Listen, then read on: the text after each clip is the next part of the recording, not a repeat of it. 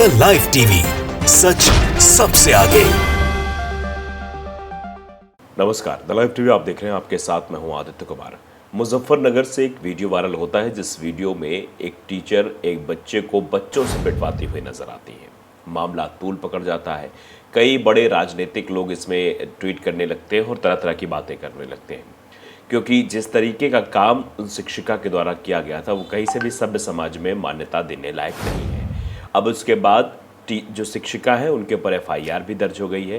कार्रवाई की बात की जा रही है कि अब उन पर कार्रवाई होगी, लेकिन इस वजह से मीडिया भी वहां पहुंच रहा है, कवरेज के लिए पहुंच रहा है, वहां के हालात को जान रहा है, क्योंकि वायरल वीडियो में बहुत सारी चीज़ें दिखाई दे रही थी कि पहाड़ा ना सुना पाने की वजह से उस मुस्लिम बच्चे को अन्य बच्चों से पिटवाया, यानी दोनों के अंदर नफरत पैदा करने की कोशिश की। नरेश टिकैत जरूर वहां पहुंचते हैं, बच्चों को गले लगवाते हैं, आपसी सौहार्द की बात करने सिखाते हैं कि आप प्रेम से रहिए, मिलजुल कर रहिए, एक दूसरे के प्रति नफरत ना फैलाइए, ना फैलने दीजिए, सब बातें नरेश टिकैत समझाते हैं। लेकिन अब उस गांव में क्या हो रहा है? दरअसल उस गांव के सरपंच हैं, वो सरपंच अब उस पीड़ित परिवार पर ही दबाव बना रहे हैं कि वो लोग एफआईआर वापस ले लें, नहीं तो इसका अंजाम उन्हें भुगतना पड़ेगा। अब कल्पना कीजिए कि वो परिवार पीड़ित है, उसके बच्चे को पीटा गया, और वो सिर्फ इसलिए पीटा गया कि वो मुस्लिम का बच्चा है।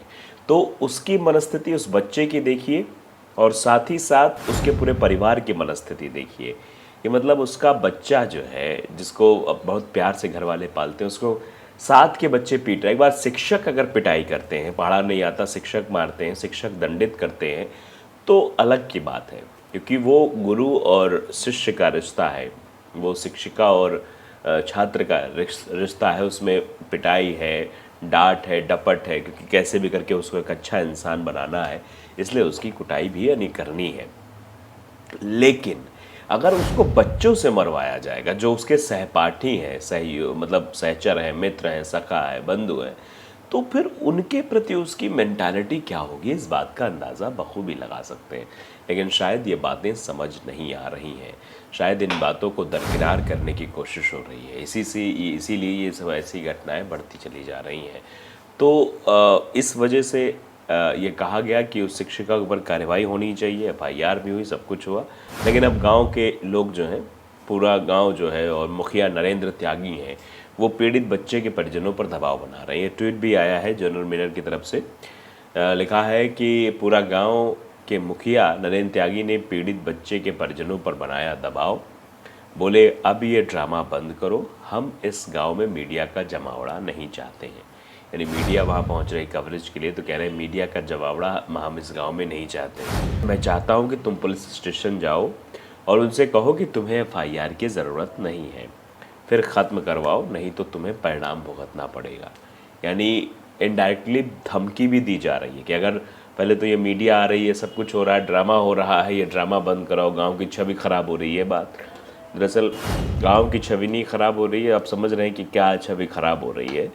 उस वजह से अब उस बच्चे को धमकाया जा रहा है, उस बच्चे के परिजनों को धमकाया जा रहा है कि आप जो है अपनी एफआईआर वापस ले लो, नहीं तो आपको इसका परिणाम भुगतना पड़ेगा। यानी इनडायरेक्टली उस बच्चे को धमकी दी जा रही है, उसके परिवार वालों को धमकी दी जा रही है, जिससे उनका परिवार डरा सहमा है। अब आप लोग कल्पना कीजिए कि ऐसा करना क्या सही है? बच्चे को न्याय तो मिलना चाहिए ना।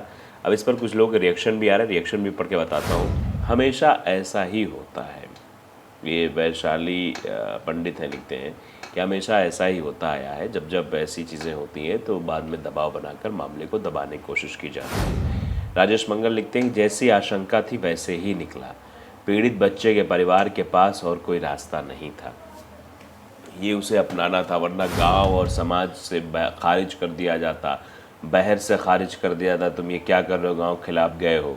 मतलब वो उसको प्रताड़ना मिलती रहे, वो ठीक है, लेकिन अगर वो एफआईआर कर दे तो ये गलत है। कंवर खान लिखते हैं कि अब मुखिया भी धमकियां लेकर आया सामने, बहुत अंदर तक घुल चुका है जहर, टीचर ही अकेले नहीं है और बहुत से नफरती छिपे हुए हैं उस टीचर के पल्लू के पीछे।